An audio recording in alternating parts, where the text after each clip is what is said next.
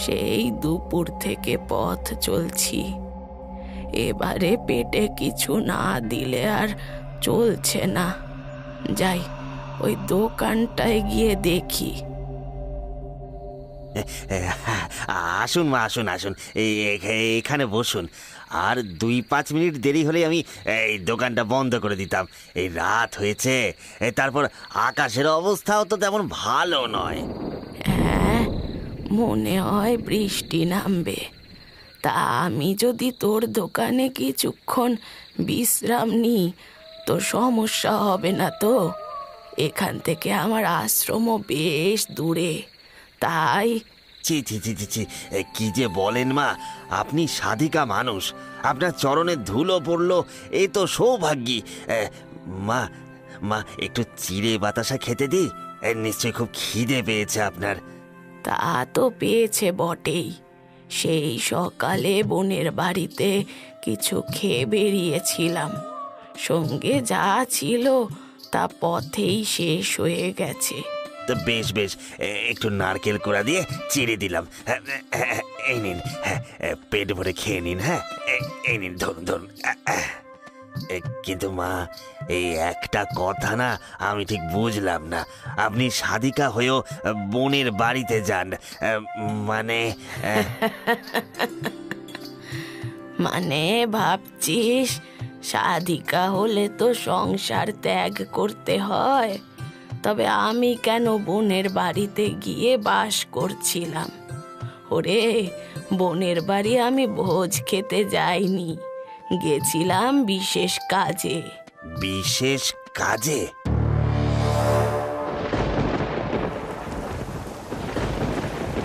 আসলে নিজের মায়ের পেটের বোন তো, সে যদি বিপদে পড়ে ডাকে তবে কি সেই ডাক অগ্রাহ্য করা যায় বলতো? তার মানে সেই ডাকের পিছনে নিশ্চয়ই কোনো বড় কারণ ছিল। যদি আপনার আপত্তি না থাকে, তবে যদি সেই কারণটা বলতেন। বৃষ্টির রাতে গল্প শুনতে চাইছিস, সেটা বল।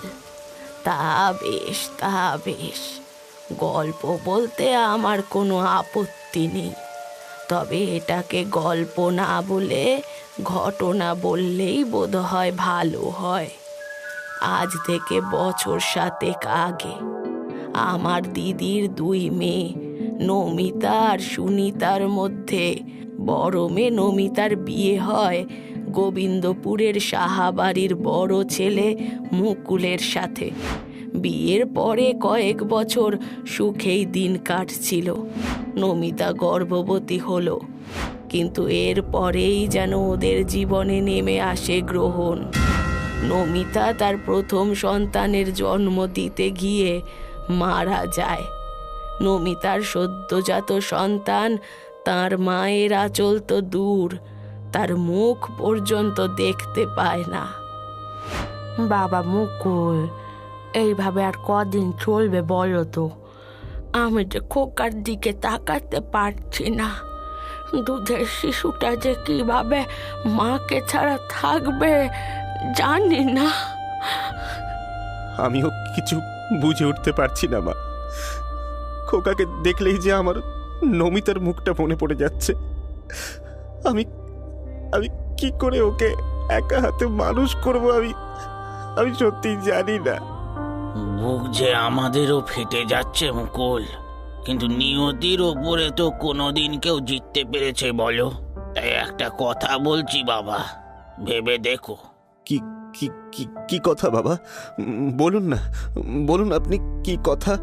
মুকুল, তুমি খোকার মুখের দিকে তাকিয়ে একটা বিয়ে করো বাবা।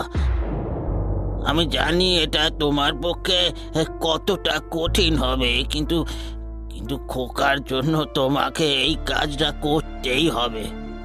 না বাবা, না, এমন অনুরোধ আমাকে করবেন না বাবা। আমি নমিতাকে বড় ভালোবাসতাম, ওর জায়গা আমি কাউকে দিতে পারবো না বাবা। আপনারা বরং খোকাকে নিয়ে যান। আমি আমি আমি পারবো না। তুমি কি বলছো বাবা? হ্যাঁ, আমাদের বয়স হয়েছে, এই বয়সে আমরা কি এত বড় দায়িত্ব নিতে পারবো? আমি সবই বুঝতে পারছি মা, কিন্তু আপনারা একবার ভাবুন তো, যদি আমি খোকার কথা ভেবে বিয়েও করি, সে কি খোকাকে নিজের সন্তানের মতো স্নেহ করবে? কখনোই নয়, কখনোই করবে না। কি হয়েছে আমার সোনার, কি হয়েছে? খিদে পেয়েছে আমার বাবাটার? তোমার দ্বিধা আর তোমার যত সন্দেহ রয়েছে সবকিছুর সমাধান হয়তো আমাদের চোখের সামনেই রয়েছে মুকুল। তার তার মানে? আমাদের সুনিতাকে তুমি বিয়ে করে নাও বাবা, ওর থেকে ভালো মা হয়তো খোকা আর পাবে না। ঠিক মুকুল, তোমার বাবা একদম ঠিক কথা বলেছেন, তুমি আর দ্বিমত করো না। এরপরেই এক শুভ দিনে মুকুল আর সুনিতার বিয়ে সম্পন্ন হয়ে যায়। খোকাও নতুন মা পায়। মুকুলের জীবন আবার যেন নতুন করে সেজে ওঠে। দেখতে দেখতে 5টা বছর কেটে যায়। এরই মধ্যে সুনিতার কোল আলো করে এক পুত্র সন্তান জন্ম নেয়। এরপরেই একদিন হয় কি, ওরে সোনা রে, চোখে ঘুম নেই কেন বাবু? ঘুমাও লক্ষ্মীটি, ছেলেটা না ঘুমালে আমি যে জল আনতেও যেতে পারবো না। ওমা খোকা, তুই কখন ঢুকলি ঘরে? কই টের পেলাম না তো। তাই এসেছিস যখন ভালোই হয়েছে। শোন, আমি জল আনতে পুকুরে যাচ্ছি, তুই ভাইয়ের দিকে খেয়াল রাখিস, দেখবি সে যেন পড়ে না যায়, কেমন?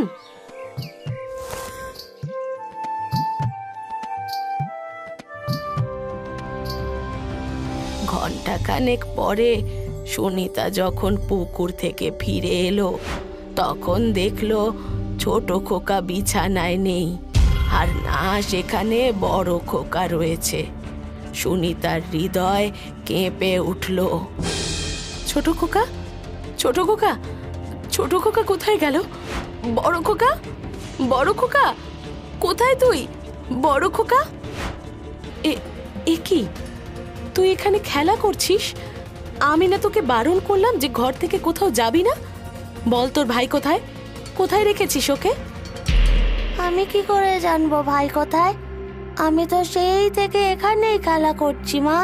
কি, একে আমার কথা শুনিসনি, তার উপরে তুই মিথ্যে কথা বলছিস? আজকে তোকে কি করছো কি সুনিতা? ও কি করেছে? মারবো না তো কি করবো গো দিদি? বিকেলবেলা ছোট খোকাকে ওর পাশে রেখে আমি বললাম যে তুই ভাইয়ের খেয়াল রাখ, আমি জল নিয়ে আসি, আর ও বিকেলবেলা? কি বলছো সুনিতা? খোকা তো সেই দুপুর থেকে আমাদের বাড়িতেই খেলা করছে, ও তোমার বাড়ি যাবে কি করে? হ্যাঁ মা, আমি সত্যি বলছি, আমি তো দুপুর থেকে এখানেই খেলছি, ভাইয়ের কাছে তো আমি যাইনি। হ্যাঁ, আমি তো সামনেই রয়েছি। এখন সন্ধে নামছে থেকে ভাবলাম ছেলেটাকে বাড়ি দিয়ে আসি, তখনই তুমি এলে। কি, হে, এ কি করে সম্ভব? আমি যে নিজে ওকে বললাম। তাহলে তাহলে আমার ছেলেটা কোথায় গেল? সে তো হাঁটতেও পারে না। তার কোনো বিপদ হলো না তো? হ্যাঁ, বিপদ হলো না তো? তুমি একদম চিন্তা করো না সুনিতা, ছোট খোকার কিচ্ছু হবে না, তুমি দেখো। ওগো, ও যে দুধের শিশু, ছোট্ট দুধের শিশু, ওকে কে নিয়ে গেল? আমার খোকা, আমার খোকাকে তুমি এনে দাও, খোকা, খোকা।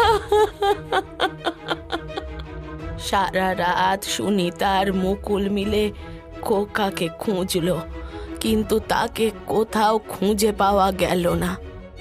পরদিন সকালেই প্রতিবেশী রূপা কাঁদতে কাঁদতে এসে বলল, সুনিতা, সুনিতা, সর্বনাশ হয়ে গেছে রে, তোর খোকা, তোর খোকা কোথায়?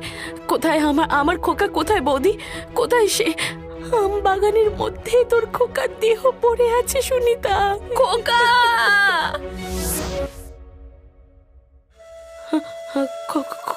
খোকা, আমার খোকা, ওগো ওগো ওগো, আমার খোকাকে এখানে কে ফেলে রেখে গেছে? হ্যাঁ খোকা, খোকা। নিজেকে সামলাও সুনিতা, এরকম করো না।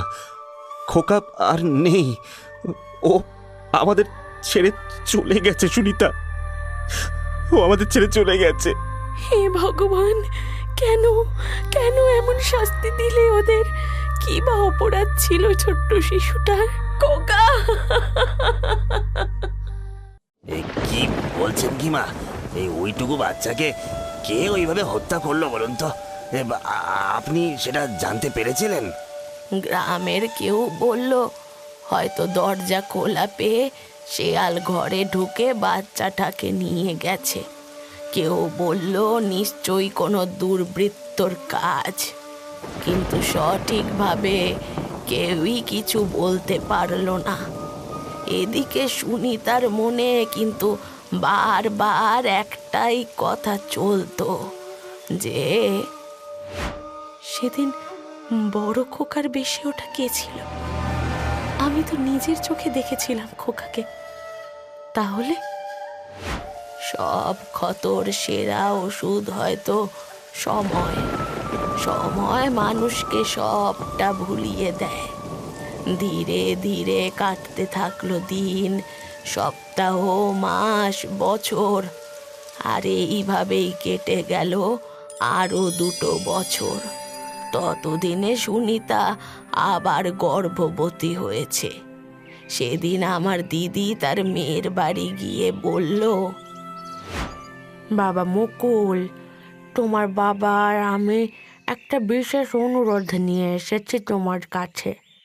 আচ্ছা, আপনারা এইভাবে বলছেন কেন মা? আপনারা তো গুরুজন, অনুরোধ করবেন কেন? আসলে আগের বার যা হলো তারপর থেকে আমার আর তোমার মায়ের মনে যেন একটা ভয় ঢুকে গেছে বাবা।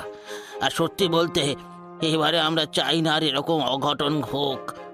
আসলে আমি আর তোমার বাবার ইচ্ছে এবারে সুনিতা আমাদের কাছে, আমাদের বাড়িতেই থাকুক। প্রথমবার তো আমরা থাকতে পারিনি, তাই এবারে যদি তোমার আপত্তি না থাকে। আরে না না, এতে আপত্তির কি আছে? দেখুন, আমার মা বাবা কেউই নেই যে সুনিতার খেয়াল রাখতে পারবে। সেখানে ও যদি ওখানে থাকে আমি খুব নিশ্চিন্ত হব। আপনারা আপনারা ওকে নিয়ে যান, আপনারা নিয়ে যান ওকে।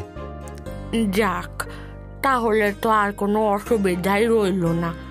সুনিতা মা, তুই নিজের জিনিসপত্রগুলো গুছিয়ে নে মা। ঠিক আছে মা, আমি আমার আর খোকার জিনিসগুলো গুছিয়ে নিই। তবে ও তো আর আমাকে ছাড়া থাকতে পারবে না। এই বলেই আমার দিদি তার ছোট মেয়েকে নিয়ে নিজের বাড়ি চলে আসে। তখন সুনিতার 9 মাসের গর্ভাবস্থা শুরু হয়েছে। একদিন দিদি আমার আশ্রমে এসে উপস্থিত হলো। সত্যি কতদিন পর তোর সাথে দেখা হলো রে দিদি। তুই সংসার ছেড়েছিস আজ কতদিন হয়ে গেল। কতবার তোর নামে চিঠি পাঠিয়েছি, কিন্তু তুই আসিসনি। তখন নমিতা মারা গেল। যখন নমিতা মারা গেল তখনও তোকে জানিয়েছিলাম। দেখ দিদি, আমি সংসার ত্যাগ করেছি ঈশ্বরের সাধনা করব বলে। সেইখানে যদি পরিবারের মোহে জড়িয়ে পড়ি, সেটা কি ঠিক হবে বল? সে তুই যা বলিস বোন, এবারে কিন্তু তোকে আমার সাথে যেতেই হবে। আমি কোনো কথা শুনবো না। তোর সাথে যেতে হবে, কিন্তু কোথায়? সুনিতা আবার পোয়াতি হয়েছে বোন, আমি ওকে আমার কাছে নিয়ে এসেছি। কিন্তু জানিস তো, আগের বারের ওই ঘটনা হওয়ার পর থেকেই আমার মনে যেন এক আতঙ্কের সৃষ্টি হয়েছে। কেন জানি না বোন, কিন্তু আমার মনে হয় ওর আগে সন্তান হারানোর পেছনে কোনো অপশক্তির হাত রয়েছে। তাই আমি তোকে অনুরোধ করছি, এবার ওর সন্তান জন্মানোর সময় তুই যদি ওর সাথে থাকিস, আমি বড় নিশ্চিন্ত হব রে। দয়া করে আমার অনুরোধ ফেলিস না।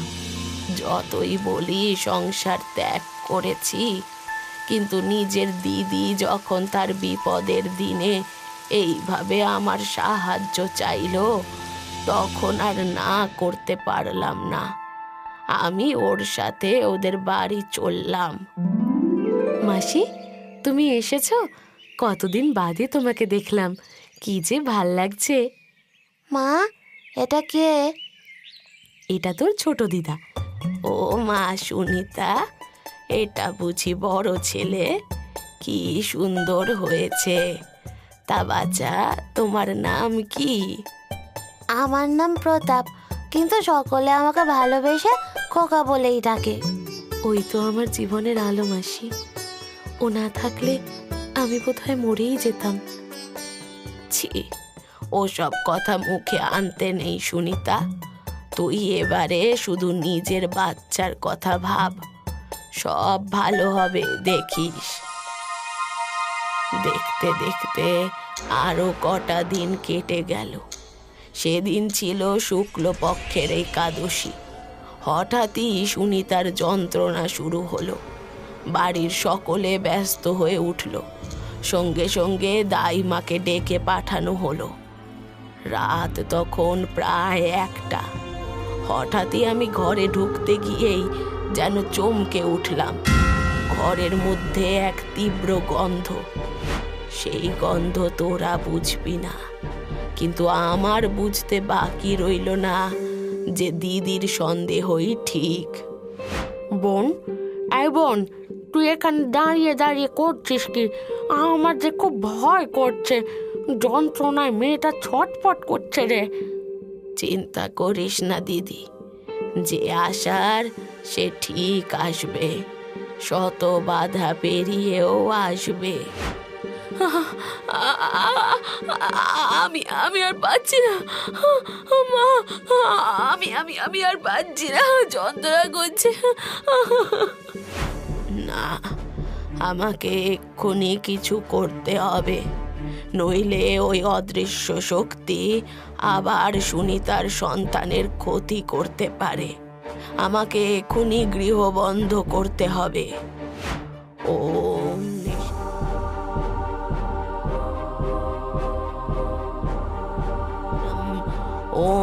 নমঃ নমঃ গৃহবন্ধ সম্পন্নম।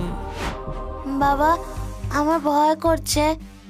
ভয় পাস না খোকা, যা ঘরে যা। হে ভগবান, এ কি প্রলয় শুরু হলো! চারিদিকে যেন এক ভয়ঙ্কর দৈত্য ঘুরে বেড়াচ্ছে।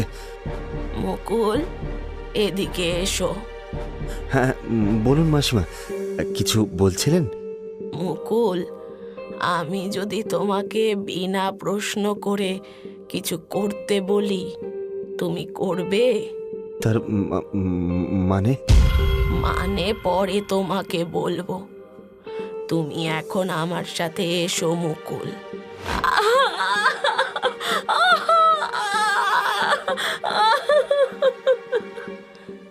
হে ঈশ্বর, আমার মেয়েটার সাথে থেকো। কিন্তু বোন কোথায় গেল? একটু আগেই তো এখানে ছিল। আমি আর মুকুল বাড়ি থেকে বেরিয়ে এলাম। বাইরে তখন প্রলয় চলছে। আকাশ যেন ফুঁসছে কোনো কারণে। ঝড়ের দাপটে পথ চলা যায় না। আমি আর মুকুল ঝড়ের মধ্যে দিয়ে হেঁটে চলেছি। এই সেই ঝড় যেন আমাদের পিছু নিয়েছে। মুকুল ভয়ে কাঁপা কাঁপা কণ্ঠে বলল, মাসিমা, মাসিমা, এই ঝড় তুফানের মধ্যে যে পথ চলা যায় না, উফ, কি ভয়ঙ্কর দুর্যোগ! মাসিমা! ভয় পেও না মুকুল, আমি যতক্ষণ তোমার সাথে আছি কোনো ভয় নেই। ওম নমঃ।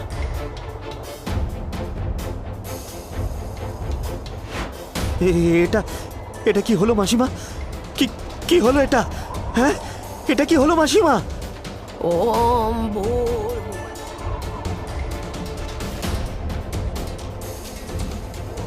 প্রচোদয়াৎ। মুকুল, আমাকে একটা কুড়াল এনে দাও তাড়াতাড়ি। আচ্ছা, আমি আমি আমি দেখছি, এক্ষুনি দেখছি। ওম।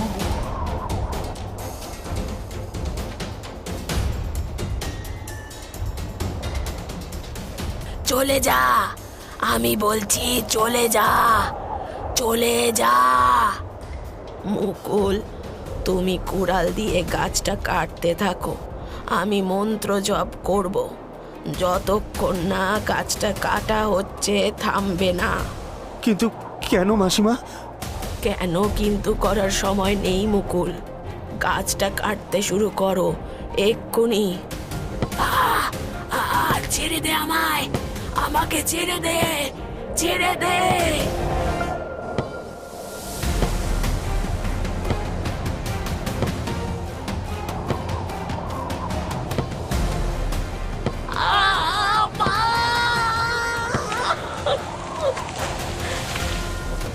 এটা এটা তুমি কি করলে মাসি? এটা তুমি কি করলে? কে কে কে কথা বললো মাসিমা? কে? দিদি গো, ঘর আলো করে মা লক্ষ্মী এসেছেন যে। মেয়ে হয়েছে গো, মেয়ে। হে ভগবান, তুমি সত্যি আছো। আর আর আমার মেয়ে সুনিতা? সুনিতাও একদম সুস্থ আছে। এটা তোমার মৃত স্ত্রী নমিতা মুকুল। কি? নমিতা? কিন্তু সে তো... হ্যাঁ, নমিতা, সেই নমিতা যে মরতে না মরতেই তুমি নতুন বউ ঘরে এনেছো। ধিক্কার তোমায়। নমিতা? নমিতা, এ কি বলছো তুমি? আমি তো আমাদের খোকার জন্যই। খোকার জন্য নয়, নিজের জন্য। তুমি একটা স্বার্থপর লোক। আর তুই তুই কত বড় অপরাধ করেছিস তোর ধারণা আছে? তুই নিজের বোনের ছোট্ট সন্তানকে হত্যা করেছিস। শুধু তাই নয়, আমি না থাকলে আজ হয়তো পরের সন্তানকেও হত্যা করে দিতাম। হ্যাঁ হ্যাঁ, আমি আজকেও ওর সন্তানকে পৃথিবীর আলো দেখতে দিতাম না। কিন্তু তুমি সবটা পণ্ড করে দিলে। কেন কেন করলে এরকম? কেন? তুমি তুমি আমাদের খোকাকে হত্যা করেছ। নমিতা, তুমি এত নৃশংস, এত নিকৃষ্ট। তোমাকে স্ত্রী ভাবতে আমার ঘেন্না করছে। তুমি নিজের বোনের সন্তানকে... ও তো আমার নিজের বোন না, ও আমার সৎ বোন। সৎ। কি কি বলছো কি তুমি? সুনিতা তোমার সৎ বোন? হ্যাঁ, আমার জামাইবাবুর প্রথম পক্ষের সন্তান নমিতা। সেই স্ত্রী মারা গেলে জামাইবাবু দিদিকে বিয়ে করেন আর সুনিতার জন্ম হয়। কিন্তু দিদি তো কোনোদিন নিজের দুই মেয়ের মধ্যে তফাৎ করেননি। তাই বুঝি? কতটা জানো তুমি? আমার আজও মনে আছে সেই দিনটা। না না, কাঁদে না, কাঁদে না। কি হলো, কাঁদছো কেন? হ্যাঁ, এই তুই কি করেছিস রে বোনকা? ও কাঁদছে কেন? কি করেছিস? আমি কিছু করিনি মা। মিথ্যে কথা, তুই বোনকে মেরেছিস, তাই ও কাঁদছে। বদমাস মেয়ে, শয়তান, তোকে পুষছি আর তুই দেখাচ্ছি মজা। সেই দিন বিনা দোষে মা আমায় মেরেছিল, আর সেটাই ছিল শুরু। এরপর থেকে আমায় মাছের ছোট টুকরো দেওয়া, আমায় একা রেখে বোনকে নিয়ে মেলায় ঘুরতে যাওয়া, আবার কখনো ইচ্ছে করে আমাকে দিয়ে কাজ করানো। বাবা হয়তো সবটাই বুঝতে পারতো, কিন্তু কখনো প্রতিবাদ করেনি। এইভাবে এই অবজ্ঞার অবহেলায় আমি বড় হয়ে উঠলাম। বিয়ে হলো, সুখে সংসার করলাম, কিন্তু ভগবান হয়তো আমার কপালে সুখ লেখেননি। সন্তান জন্ম দিতে গিয়ে আমি মারা গেলাম, কিন্তু ছেলের প্রতি মায়া একটুও কমলো না। ভেবেছিলাম ওর বাবা ওকে মানুষ করবে, কিন্তু ওর বাবা বিয়ে করলো আমারই সৎ বোনকে। না, আর না, আমার ছেলেকে আমি আমার মতো কষ্ট পেতে দেখতে পারতাম না, কখনো না। নমিতা, আমি জানতাম না যে দিদি তোর সঙ্গে এমন ব্যবহার করেছে, তোকে কষ্ট দিয়েছে। কিন্তু বিশ্বাস কর, তুই যেটা করেছিস সেটা কোনো অপরাধের থেকে কম নয়। একটা নিষ্পাপ শিশুকে তুই হত্যা করেছিস। একবার ভেবে দেখলি না তার কথা? না, আমি ভাবতে চাইনি। আমার খোকা কষ্ট পেলে আমি কাউকে ভালো থাকতে দেব না, কাউকে না। নমিতা, তুমি ভুল ভাবছো। সুনিতা আমাদের খোকাকে বড্ড ভালোবাসে, নিজের ছেলের থেকেও বেশি। নমিতা, ও কখনো ওদের মধ্যে কোনো তফাৎ করেনি। হ্যাঁ নমিতা, সুনিতা তোর খোকাকে বড্ড ভালোবাসে রে। সেই স্নেহ ভালোবাসা আমি নিজের চোখে দেখেছি। কিন্তু তুই ওর সন্তানকে কেড়ে নিয়ে অন্যায় করেছিস। ওকে সেই অন্যায়ের শাস্তি দিয়েছিস যেটা ও করেইনি। নমিতা, আমি তোমাকে সত্যি ভালোবেসেছি। তুমি চলে যাবার পর জীবনটা থমকে গেছিল আমার, আর শুধুমাত্র খোকার দিকে চেয়েই আমি বিয়েটা করেছিলাম। কিন্তু তারপরে সুনিতা আমার জীবনটাকে বদলে দিয়েছিল। সুনিতা শুধু ভালো স্ত্রী নয়, ও একজন ভালো মাও। হ্যাঁ নমিতা, তো ওর খোকা ওর কাছে খুব ভালো থাকবে। বেশ, ঠিক আছে, আমি আর কখনো এখানে আসবো না, আর কোনো ক্ষতি করব না। কিন্তু যদি কখনো আমার খোকার প্রতি বিন্দু মাত্র অবজ্ঞা অবহেলা হয়, তবে আমি আবার আসবো, আবার ফিরে আসবো। এবারে বাড়ি চলো মুকুল। এতক্ষণে নিশ্চয়ই তোমার সন্তান পৃথিবীতে এসে পড়েছে। হ্যাঁ, চলুন মাসিমা। সত্যি, মারা পৃথিবীতে থাকুক বা নাই থাকুক, সন্তানদের সব সময় আগলে রাখে। হ্যাঁ, এই জন্যই যে ভগবান মায়েদের পৃথিবীতে পাঠান। এদিকে বৃষ্টিও থেমে গেছে, এবার আমি রওনা দিই। চলি রে।